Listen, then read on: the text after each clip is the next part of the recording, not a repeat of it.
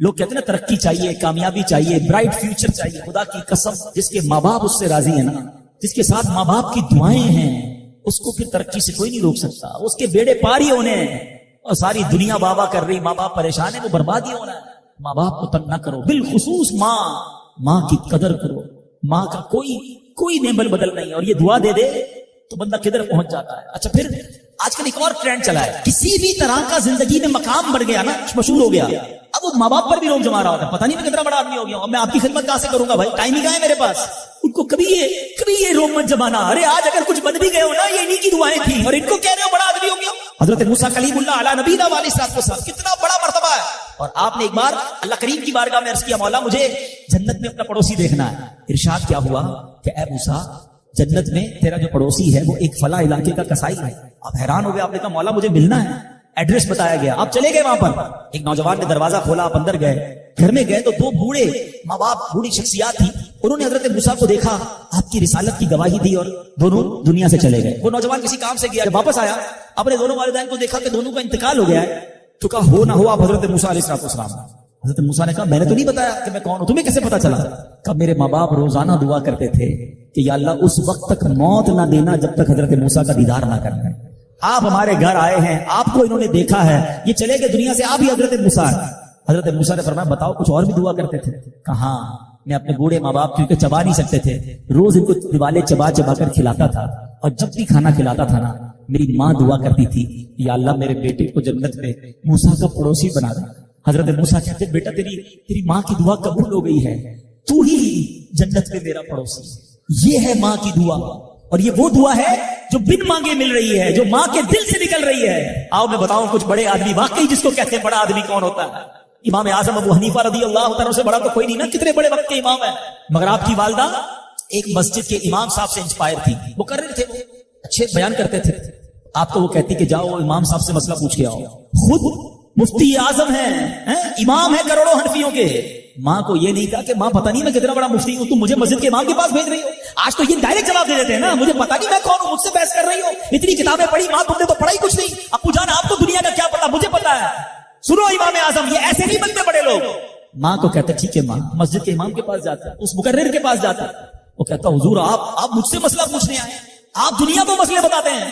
کیا کروں، ماں نے بھیجا ہے. کہ حضور جو آپ بتا رہے ہیں مجھے آپ ہی مسئلے کا جواب بتا دیں، وہی میری طرف سے ماں کو بھی بتا دیں. ایک بار ماں نے کہا کہ میں خود جا کر پوچھوں، پھر بھی امام اعظم نے منع نہیں کیا. اچھا کئی میل کا سفر تھا. امام ابو یوسف کہتے ہیں ہم نے خود دیکھا کوفہ کی گلیوں میں کہ امام اعظم اس خچر یا اس سواری کے لگام تھامے ہوئے ہیں، ماں اس پر سوار ہے اور وہ بازار میں اسے لے کے جا رہے ہیں. ماں کو یہ نہیں کہا کہ ماں تم مجھے تکلیف دے رہی ہو، وہ میرا شاگردوں کا بھی شاگرد ہے، اس کو کیا پتا جو مجھے پتا ہے. اللہ اکبر. ماں جاتی ہیں، مسئلہ پوچھتی ہیں، واپس آتی ہیں. امام اعظم ماں کو کچھ نہیں کہتے. یہ ہوتا ہے ماں کی فرما برداری. آج دیکھو دنیا ان کے گن گا رہی ہے. سیدنا بایزید بستامی رضی اللہ تعالیٰ عنہ، کتنا بڑا نام ہے، اولیاء کے سردار ہیں. دیکھو ماں کی خدمت کیسی کرتے تھے. آپ کی والدہ نے سردیوں کی رات تھی، سخت سردی کی رات، آپ سے پانی مانگا. حضرت بایزید بستامی ماں کے پاس پیالہ لے کر گئے تو ماں سو گئی تھی. ماں کے سرہانے پیالہ لے کر کھڑے رہے، رات بھر کھڑے رہے سخت سردی میں. پانی تھوڑا سا آپ کی انگلیوں پر گرا تو وہ پانی برف پڑ چکا تھا. ماں کی آنکھ کھلی، دیکھا بایزید بستامی بستر کے کنارے کھڑے ہیں. کہا بیٹا کیوں کھڑے ہوئے؟ کہا ماں آپ نے رات پانی مانگا تھا، اس لیے کھڑا رہا کہ نہ جانے کب آنکھ کھل جائے. اب جب پانی دینے کے لیے پیالہ الگ کیا نا تو وہ برف چمڑی سے چپک چکی تھی، تو جب وہ برف الگ ہوئی نا ہاتھ سے خون نکلنے لگا. حضرت بایزید بستامی رحمت اللہ تعالی کی ماں نے جب یہ دیکھا نا کہ بیٹا ساری رات کھڑا رہا اور اب اس کا ہاتھ بھی لہو لہان ہو گیا، حضرت بایزید بستامی کی ماں نے پتہ اس رات کیا دعا دی؟ کہتی یا اللہ میں اس سے راضی ہوں، تو بھی اس سے راضی ہو جا. دیکھو کیا مقام ملا، اولیاء کرام کے سردار بن گئے. یہ وہ دعائیں ہیں جو دل سے نکلتی ہیں. ماں باپ کی خدمت ایسی کرو، اب کہو نا کہ دل سے دعا نکلے. جب وہ دعا نکلے گی نا پھر وہ کام بننے آپ سوچ نہیں سکتے. کیا خوبصورت دین ہے ہمارا. ہم نے اپنے بچے کو دین کی طرف نہیں لگایا. اگر ہم بچے کو دین کی طرف لگا دیتے، دین اس کو ہماری خدمت کی طرف لگا دیتا. ہم بچے کو قرآن و حدیث سکھاتے، قرآن و حدیث اس کو ہماری خدمت سکھا دیتے. ہم آج یہ تکلیف اٹھا رہے ہیں، اس کی ایک وجہ یہ بھی ہے کہ بچہ ہم نے دین سے دور کر دیا. اگر آپ چاہتے ہیں کہ آپ کے بڑھاپے کا سہارا آپ کے بچے بنے، آپ کے مرنے کے بعد بھی آپ کے لیے صدقہ جاریہ بنے، تو آپ نے اپنے بچوں کو دین کی طرف لانا ہے. کچھ اولادیں وہ ہیں جن کی ماں باپ نے تربیت ایسی کی, ہم نہیں چاہتے, وہ خود رابطہ کر رہے ہوتے ہیں کہ ماں کا انتقال ہو گیا, یار کچھ کنواں کھدوانا ہے, کوئی مسجد بنانی ہے, کوئی مدرسے میں میری ماں کے لیے مجھے کچھ کرنا ہے. کیوں؟ ماں نے تربیت ایسی کی, والد نے تربیت ایسی کی, انہیں ماحول ایسا دیا کہ ماں باپ کے مرتے ہی انہیں فکر ہو گئی کہ میری ماں قبر میں اکیلی ہے, میرا والد قبر میں اکیلا ہے, اس نے روز مجھے کھانا کھلایا تھا, آج میں روز اسے ثواب پہنچانے کا کوئی انتظام کروں. یہ اس بچے کے دل میں خیال کیسے آیا؟ کیونکہ اللہ نے اسے اچھا ماحول عطا کیا, ماں باپ نے اس کو اس ماحول کی طرف بڑھایا. تو میں یہاں والدین سے گزارش کروں گا کہ خدارا اپنے بچوں کی ایسی تربیت کرو کہ بڑھاپے میں بھی تمہارا ساتھ دیں اور مرنے کے بعد بھی تمہارے لیے صدقہ جاریہ کا باعث بن جائیں. آپ کے بچے آپ کے قدموں میں رہیں گے اگر آپ نے بچوں کو دیندار بنا دیا. اللہ کرے یہ فارمولا سمجھ آ جائے نا. ہم سمجھتے بچہ میری بات مانے, میری کیوں نہیں مانتا؟ ارے پہلے سے اللہ رسول کی بات منانے والا بنا دو, یہ تمہاری بھی ماننے والا بن جائے گا. کیونکہ جب یہ جائے گا نا دین کی طرف, اسے قرآن ماں باپ کی طرف بھیجے گا, اسے حدیث ماں باپ کی طرف بھیجے گی, اسے علماء کرام ماں باپ کی طرف بھیجیں گے. ہم اس راستے پر بھیج دیں جہاں سے بچہ مجھے واپس مل جائے.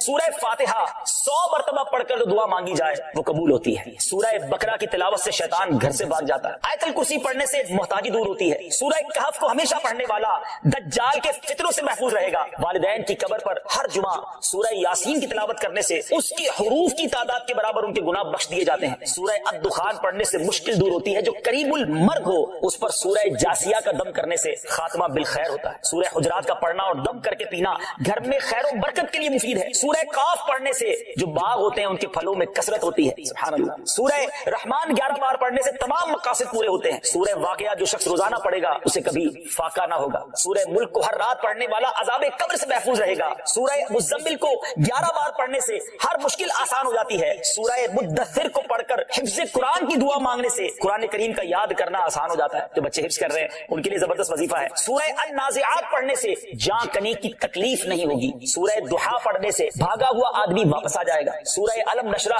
کو جس مال پر پڑھ دیا جائے اس میں خوب برکت ہوتی ہے. سورہ تین والزیتون جو ہے 3 مرتبہ پڑھنے سے اخلاق و کردار بہتر ہوتے ہیں. سورہ علق میں جوڑوں کے درد کا علاج ہے. سورہ قدر جو صبح و شام پڑھے اللہ عز و جل اس کی عزت بڑھا دے گا. سورہ بینہ برس اور یرکان کا علاج ہے. جس آدمی یا جانور کو نظر لگی ہو اس پر سورہ عادیات کا دم مفید ہے. سورہ قاریہ پڑھنے سے بلاؤں سے حفاظت رہتی ہے. سورہ تکاثر کو 300 بار پڑھنے سے جلد قرض ادا ہو جاتا ہے. کئی لوگ کہتے ہیں جناب قرض بہت ہے, چلے قرآن کا وظیفہ لے لیں الہاکم التکاثر. یہ جو سورت ہے 300 بار پڑھنے سے بہت جلد قرض اتر جاتا ہے. سورہ عصر پڑھنے سے غم دور ہو جاتا ہے. سورہ ہمزہ اور سورہ فیل دشمن کے شر سے حفاظت کے لیے اور سورہ قریش جان کی حفاظت کے لیے بڑی مجرب ہے, بڑا کمال کا وظیفہ ہے. سورہ ماعون بڑی مشکل کے وقت میں پڑھنا بہت مفید ہے. سورہ کوثر کی تلاوت سے بے اولاد صاحب اولاد ہو جاتا ہے. کئی بے اولاد بھی وظائف مانگ رہے ہوتے ہیں. سورہ کافرون 1/4 قرآن کے برابر ہے. سورہ زلزال نصف قرآن کے برابر ہے. سورہ اخلاص 1/3 قرآن کے برابر ہے. اور سورہ فلق اور سورہ ناس سے جن اور شیطان اور حاسدوں کے شر سے حفاظت رہتی ہے. پھر کیوں نہ ہم قرآن سے دوستی کر لیں, کیوں نہ قرآن کو اپنا ورد بنا لیں. اللہ چاہتا ہے کہ بندہ اس رینک تک پہنچ جائے. اللہ اس پر آزمائش بھیجتا ہے تاکہ میرا بندہ صبر کر لے تو اس کو وہ مرتبہ عطا ہو جائے. ہائے ہائے, یعنی آزمائش مجھ پر میرے رینک بلند کرنے, میرے درجے بلند کرنے آئی, اور ہائے میری بے صبری کہ میں نے وہ سب ثواب ضائع کر نہ کریں. میرے پیارے اسلامی مشکلیں آتی ہیں. اچھا پھر پتہ ہے پرابلم کیا ہے؟ ہمارا ایک اور بڑا ایشو ہے, ہم کسی کو مسکراتا دیکھتے ہیں, کسی کو اچھے کپڑے دیکھ لیتے ہیں, کسی کی بڑی گاڑیاں دیکھ لیتے ہیں, کسی کا بڑا گھر دیکھ لیتے ہیں, ہمیں لگتا ہے یار یہ کتنا مزے میں یار, میں یہ اکیلا پریشان ہوں. یہ آپ کی بھول ہے. ایک بات یاد رکھیے گا, زندگی کی گاڑی مسائل کے پہیوں پر ہی چلتی ہے. امیر کے مسئلے اور ہیں, غریب کے مسئلے اور ہیں. شہرت جس کو ملی ہے نا اس کے پرابلمز اور ہیں, جو غیر معروف ہے اس کے پرابلم اور ہے. زمانے میں ہر کسی کو کچھ نہ کچھ ایشو ضرور ہے. یہ نہ سمجھے کہ یار یہ اتنا مسکرا رہا ہے, کیا پتہ اس مسکراہٹ کے پیچھے کتنے دکھ چھپائے بیٹھا ہے. اب یقین کریں, بلیو کریں, ایسا نہیں ہے کہ سب لوگ 100% خوشحال ہیں. پرابلم سب کے ساتھ ہوتے ہیں.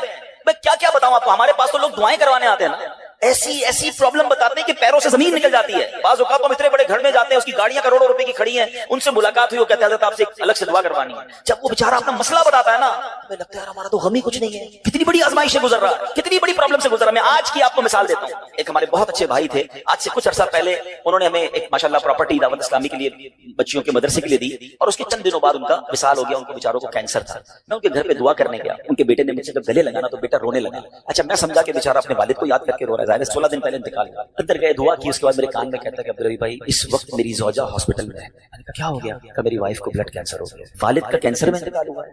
اللہ نے بڑا نوازا ہے, جیولرز ہیں, لیکن میں یقین کریں, میں آپ کو سچ بتا رہا ہوں, میں گاڑی میں بیٹھ کے میں بھی رونے لگا, کیونکہ وہ بندہ جب مجھے چھوڑنے آیا نا پھر میرے گلے لگ کے رو رہا تھا. میں سوچنے لگا یار کتنا دکھ ہے لوگوں کو, اللہ نے کتنی بڑی ہم پر مہربانیاں کی ہے. اگر مجھے کوئی بڑی بیماری نہیں ہے, میرے بچے میرے ساتھ ہیں, میری فیملی میرے ساتھ ہے, نہیں چاہیے یار دنیا کے سارے اللہ تللے نہ ملے اتنی ساری لگژریز, صحت سے بڑھ کے کچھ نہیں ہے, مگر ہمیں اس کی قدر ہی نہیں ہے, ہمیں اس کی کوئی اہمیت کا اندازہ ہی نہیں. پوچھو ان سے, کروڑوں روپے ہیں مگر علاج نہیں ہو پا رہا, ڈاکٹر بعض اوقات مایوس کر دیتے ہیں. کتنا تکلیف میں ہیں لوگ, ہم ہیں کہ چھوٹی چھوٹی باتوں پر بے صبری. صبر تو کریں, اللہ کی رضا پر راضی تو رہیں. میں نے آپ کو خاندان نبوت کا واقعہ سنایا, ارے کھانے کو کچھ نہیں ہے, کاش یہ بات ہمیں سمجھ آ جائے اور ہم ہر حال میں اللہ کا شکر ادا کرنے والے بن جائیں. اور ایک اور میں آپ کو بات بتاؤں, جو دنیا والوں کو بتاتے ہیں ہوتا کچھ نہیں ہے اس سے, مت بتایا کرو دنیا والوں, صحیح بتاتا مت بتایا کرو, اپنے غم مت بتایا کرو, ثواب بھی چلا جاتا ہے. اور بعض اوقات یہ دنیا والے نا ہمارا مذاق بھی اڑاتے ہیں. ہم جب کسی کو اپنا پرابلم بتاتے ہیں نا, ہمارے سامنے تو بڑے اچھے بنتے ہیں کہ اچھا ٹھیک ہے میں کرتا ہوں کچھ, بعد میں جا کے دنیا میں باتیں کرتے ہیں, آیا تھا میرے پاس ہے اس کا یہ مسئلہ ہے, ہاں باتیں بڑی کرتے ہیں, بڑی پرابلم میں. کیوں بتاؤں میں دنیا والوں کو؟ نعت کا شعر ہے نا, کسی کا احسان کیوں اٹھائے, کسی کو حالات کیوں بتائے, کیوں بتاؤں میں دنیا والوں کو مجھے کیا غم ہے نا. میرے آقا سلامت رہیں, اللہ کے حبیب علیہ الصلوۃ والسلام ہیں, اور رب عز و جل کی بارگاہ ہے, میں ادھر عرض کروں نا, کسی کا احسان کیوں اٹھائیں, کسی کو حالات کیوں بتائیں, آقا تم ہی سے مانگیں گے تم ہی دو گے, تمہارے در سے ہی لو لگی. ہاں اللہ رسول کی بارگاہ میں عرض کیا, ادھر آنسو بہاؤ, نہ بتاؤ دنیا والوں. ایک اور کمال کا شعر ہے کہ دنیا والے تو درد دیتے, دنیا والے تو درد دیتے ہیں, زخمی دل کی دوا مدینہ ہے. تو جب دنیا والوں نے کوئی ہمارا بھلا کرنا بھی نہیں نا, ان کے ہاتھ میں ہے, شفا دینے والی ذات میرے رب کی, برکت دینے والی ذات میرے رب کی, تو اللہ سے ہی باتیں کرو نا. تو آج سے یہ ذہن بنا لے میرے پیارے ساتھی, مشکل آنی ہے تو صبر کے ساتھ وہ وقت گزارنا ہے, اللہ کی رضا پر راضی رہنا ہے. وہ بڑا کریم ہے, وہ اپنے غیب کے خزانوں سے آپ کو عطا فرمائے. توجہ بیان کی طرف رکھیے گا. اور اب آتے ہیں اس پورے واقعے سے ایک اور خوبصورت بات جو ہمیں سیکھنے کو ملی, اور وہ بات کیا ہے کہ نبی پاک کے خاندان کی سخاوت کیسی تھی. مولا علی شیر خدا کے پاس صرف 6 درم تھے, آپ نے وہ سب کے سب دے دیے. مگر آج حال یہ ہے کہ لوگ اپنی زکات ادا نہیں کرتے. آج زکات لوگوں کو بھاری پڑنے لگ گئی ہے. جب کیلکولیٹ کرتے ہیں کہ جناب کروڑوں روپے زکات, تو اس کے بعد ان کو بھاری لگتی ہے. نہ کریں ایسا, یہ زکات مال کا میل ہے, اور اگر یہ مال کا میل آپ کے مال سے جدا نہ ہوا تو یہ آپ کے مال کو بھی میلا کر دے گا. ایک بات یاد رکھیے گا, سرکار دو عالم صلی اللہ علیہ وسلم کا یہ فرمان ہے, اپنی زکات ادا کر کے اپنے مال کو مضبوط قلعوں میں قید کر لو. اگر میں اور آپ چاہتے ہیں نا کہ میری آپ کی پراپرٹی سیکیور رہے, ہمارے مال و اسباب سیکیور رہے, تو حدیث پاک میں تو فارمولا موجود ہے کہ اپنے مال کو زکات دے کر مضبوط قلعوں میں قید کر لو. لیکن یہاں زکات دینے کے لیے تیار نہیں لوگ, لمسم نکال دیتے ہیں, کیلکولیٹ نہیں کرتے. یاد رکھیے یہ مال ہی عذاب بن جائے گا اگر آپ زکات پوری ادا نہیں کرتے. اگر ہمارے پاکستان میں سارے سرمایہ دار کچھ نہ کریں, اپنی زکات پوری ادا کر دیں, سارے زمیندار اپنی زکات پوری ادا کر دیں, آپ اپنی آنکھوں سے دیکھیں گے کہ غربت کتنی جلدی ختم ہوتی چلی جا رہی ہے. میں نے ایک بار کیلکولیشن کی, ذرا سنیے گا. پاکستان زرعی ملک ہے, ٹھیک ہے, اور اس کی زراعت کی جو کیلکولیشن ہے وہ انٹرنیٹ پر موجود ہے. You can search your self. آپ چیک کر لیں کہ 2023 میں پاکستان کی ٹاپ 20 کراپس کون سی ہوئی, آپ انٹرنیٹ پر خود ڈھونڈ لیں. آپ کے سامنے اس کراپ کی کیلکولیشن بھی آ جائے گی کہ اتنے ملین ٹن, اتنے جناب کروڑ کےجی جو ہے وہ گندم ہوا, تو کاٹن ہوا, تو فروٹس ہوئے, تو شوگر ہوئی. پاکستان کو اللہ نے بڑا نوازا. شریعت کا حکم کیا ہے, جس اللہ رسول کی ہم بات کر رہے ہیں, جس اسلام کو ہم نے قبول کیا ہے, شریعت کا حکم یہ ہے کہ اگر آپ کی فصل اگتی ہے تو اس فصل میں اگر بارش کا پانی ہے اور آپ اپنا پانی پرچیز نہیں کر رہے اور صرف بارش سے آپ کی فصل اگ رہی ہے, تو جتنی فصل ہوگی 10% عشر کیا کہتے ہیں 10ویں حصے کو, وہ آپ نے نکال دینا ہے اللہ کی راہ میں. وہ غریبوں کا حق ہے, وہ زکات ہے زمین کی. اور اگر آپ پانی ٹیوب ویل وغیرہ سے لیتے ہیں, پیسوں سے خریدتے ہیں, تو 5%. آپ بلیو کریں, میں بیٹھا کیلکولیٹر لے کر کہ پاکستان کی ٹاپ 10 کراپس کتنی ہوتی ہیں, اس کی مالیت کتنی ہے, اس کی ویلیو کتنی ہے, وہ میں نے بنائی, اور اس کا 5% لگایا جو دینا ہی دینا ہے. آپ یقین کریں وہ بھی خربوں روپے میں بن گیا. یہ خربوں روپے کہاں ہیں؟ اگر ہم زکات دیتے تو کتنے غریبوں کا بھلا ہو جاتا, کتنے گھر خوشحال ہو جاتے. یہ تو صرف زمین کی زکات ہے, پراپرٹیز کی زکات, اربوں خربوں روپے کے لوگ مالک ہیں. مگر جب کیلکولیٹر چلاتے ہیں نا, اوئے ہوئے ہوئے زکات جناب 10 کروڑ روپے بن جائے گی, تو پھر بھاری لگتی ہے. اللہ کے بندے, اللہ نے 4 ارب دیے ہیں تو 10 کروڑ زکات ہے نا, ٹینشن کائے کی ہے؟ شکر ادا کرو. اللہ نے دینے والا بنایا, مانگنے والا نہیں بنایا. مگر آج زکات بھاری پڑ گئی ہے. آپ کو پتا ہے قارون کیوں دسایا گیا تھا؟ قارون یہ حضرت موسیٰ کا کزن تھا, یہ تورات کا عالم تھا اور بڑا عالم دین تھا. مگر جب حضرت موسیٰ نے اس کو زکات کا حکم دیا نا, اس کے پاس کتنے پیسے تھے کہ قرآن کہتا ہے اس کی خزانوں کی چابیاں ایک جماعت لے کر چلتی تھی. خزانے نہیں, صرف کیز آف دا ٹریجر, اتنا خزانہ تھا. مگر کیا ہوا یہ کہ جب حضرت موسیٰ نے اس کو کہا, اس زمانے پہ زکات کتنی تھی؟ ابھی تو 100 پہ 2.5 ہے نا, 1000 پہ 1. آپ نے فرمایا ہر 1000 پر 1 تم نے زکات دینی ہے. اس نے کیلکولیٹ کیا تو بہت بنتے تھے. حضرت موسیٰ کے خلاف ہو گیا, زکات کا انکار کیا, اپنے خزانوں کے ساتھ زمین میں دھسا دیا گیا.